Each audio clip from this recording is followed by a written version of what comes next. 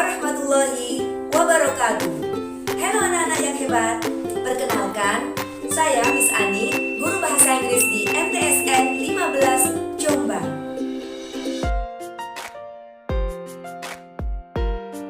Materi yang pertama adalah tentang obligation, yang artinya adalah keharusan, prohibition, artinya larangan, dan suggestion, artinya adalah saran. Nah, jadi ketiga materi tersebut akan kita bahas pada video kali ini. Dan langsung aja yuk kita simak video berikut. Check it out!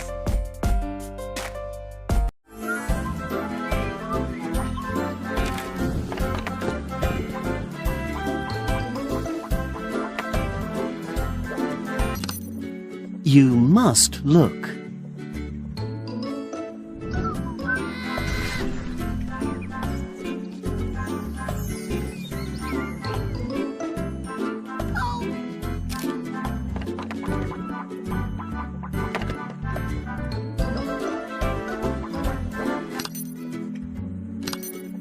You must not listen to music. You mustn't listen to music. You must look. You mustn't listen to music.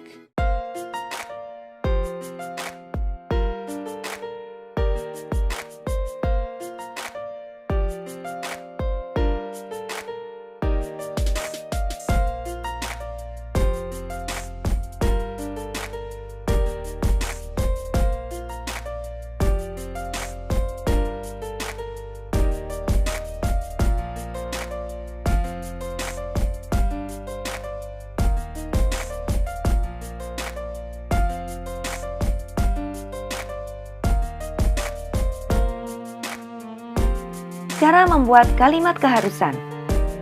Must artinya harus atau wajib. Formulanya subject plus must plus verb 1. Contoh, I must study hard. Saya harus belajar dengan giat.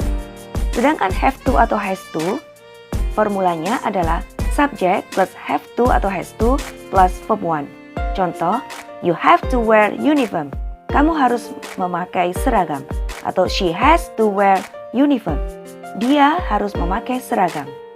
Nah, penggunaan have to atau has to dipakai untuk I, you, we, they, sedangkan has to dipakai untuk he, she, it. Perhatikan contoh video berikut ini. Let's go. Wait, we must buy a ticket first. Listen to the dialogue.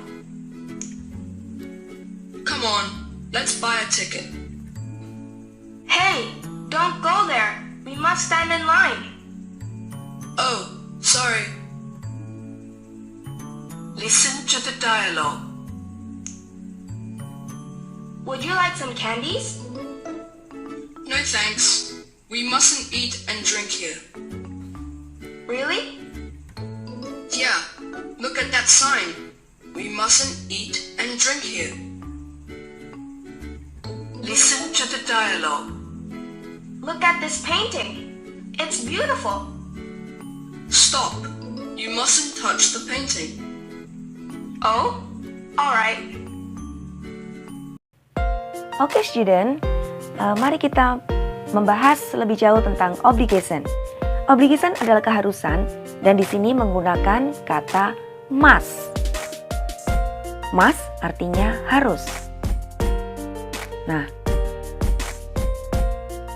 untuk rumusnya adalah must plus verb 1. Contohnya, I must go to sleep now. Saya harus pergi tidur sekarang. Nah, must di sini ada obligation, sedangkan go adalah verb 1. Contoh lain, we must keep distance. Kita harus menjaga jarak. We must eat healthy food. Kita harus makan makanan yang sehat. We must wash hand before eating. Kita harus mencuci tangan sebelum makan. I must clean the room. Saya harus membersihkan kamar, dan lain. Yang kedua, must diikuti be.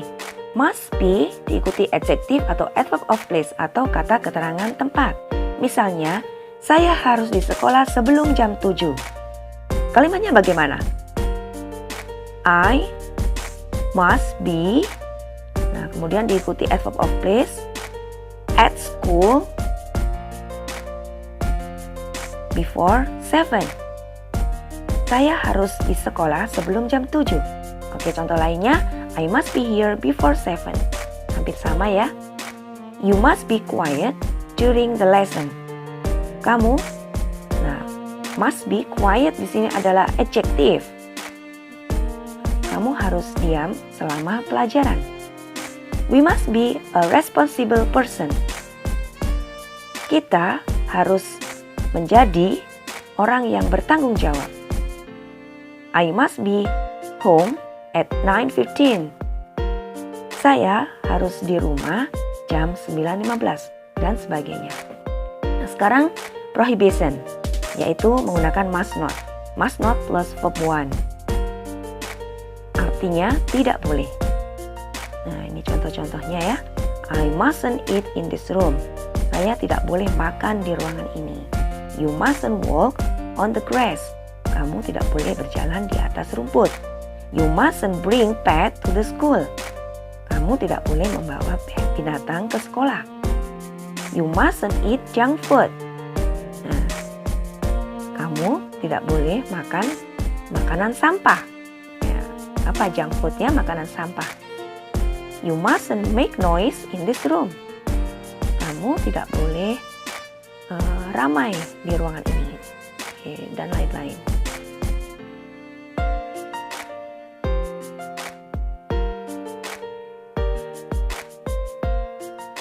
Oke students, selanjutnya kita akan membahas tentang prohibition.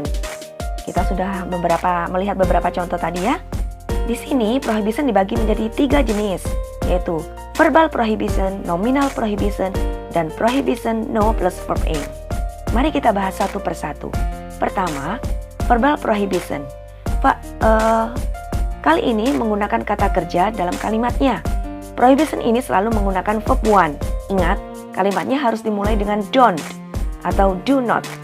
Pola kalimatnya adalah don't plus verb 1. For example, don't cry, don't sleep, don't go away. Jangan pergi. Yang kedua adalah nominal prohibition. Pola kalimatnya adalah don't plus be plus adverb atau noun atau adjective. Contohnya, don't be here. Be here di sini adalah adverb. Don't be a dancer. Jangan jadi penari. A dancer adalah noun. Don't be lazy. Jangan malas. Lazy adalah adjective. Selanjutnya, prohibition no plus verb aim. Selain bentuk verbal dan nominal, prohibition ada juga prohibition yang dibentuk dari kata no plus verb aim. Maka no di sini artinya sama dengan don't, artinya jangan. Contohnya, no smoking, no parking, no fishing. Nah, sekarang kita akan membahas tentang suggestion atau saran. Salah satu cara yang sering digunakan untuk membuat kalimat saran adalah dengan menggunakan modal should ditambah kata kerja yang artinya seharusnya atau sebaiknya. Pola rumusnya adalah subject plus should plus verb 1. Contohnya, you should drink medicine to get well soon. Kamu seharusnya minum obat supaya cepat sembuh.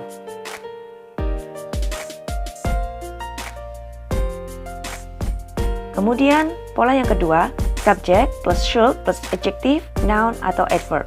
Contohnya, you should be calm in the classroom. Kamu sebaiknya tenang di dalam kelas. Baiklah anak-anak, mari kita ke rules, yaitu menggunakan modal auxiliary. Pada obligation, must diikuti verb 1 atau menggunakan have to atau has to diikuti dengan verb 1. Contohnya, you must see the doctor right away. Kamu harus ke dokter sekarang. Untuk prohibition, formulanya menggunakan must not plus verb one, atau don't have to atau plus verb one. Contohnya, you must not go to school if you feel unwell. Kamu tidak boleh pergi ke sekolah jika sakit. Yang ketiga, suggestion, formulanya menggunakan should plus verb one atau ought to plus verb one. Contohnya, we should care for the poor people more during this pandemic. Should di sini artinya harus. Anak-anak yang hebat, mudah bukan belajar bahasa Inggris bersama Miss Ani? Bahasa Inggris menjadi lebih mudah dan menyenangkan. See you in the next video. Assalamualaikum warahmatullahi wabarakatuh. Thanks for watching. Jangan lupa support channel ini dengan cara subscribe dan nyalakan lonceng notifikasinya.